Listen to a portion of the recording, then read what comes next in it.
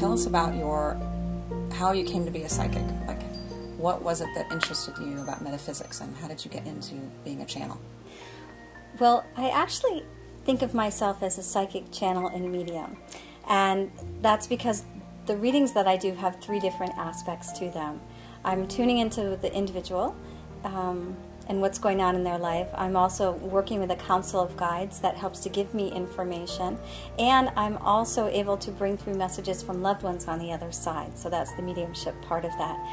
For me, my psychic development started very young. I'm an identical twin, and being an identical twin, we always sort of sent messages back and forth to each other. It wasn't professional, but it was definitely, we had a little pipeline going, and we still do. So from there, when I was in college, I had a couple of unusual experiences that happened that opened me up, an out-of-body experience in particular, and a visitation from my father who had died when I was 6.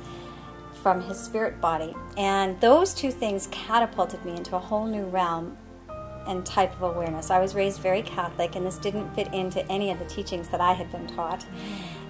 So I started studying about life on the other side of death and really getting involved. I worked as a hospice volunteer with people who were dying, so I had firsthand experience with what it was like to be in the room with someone when they were passing and how the energy felt. And along with that, I did a tremendous amount of study and meditation.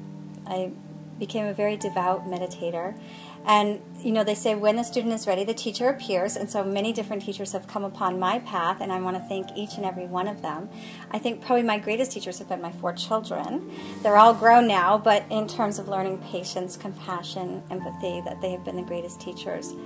My one main channeling teacher was Ann Cataldo. That was in 1988.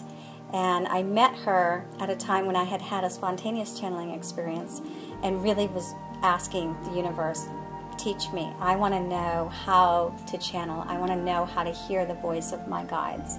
So I met Ann and Arthur Cataldo and studied with them at the Center of Transformation. It's no longer there because she's passed over, but she works, as I said, from the other side. And it's as though I found my path home to myself. I had been doing psychic readings before that, tarot and I Ching, numerology, lots of different other methods and tools, but I knew there was more. And when I started channeling, I felt completely in touch and tuned in to my real path in life. So I just did everything I could. I studied as much as I could to learn about it.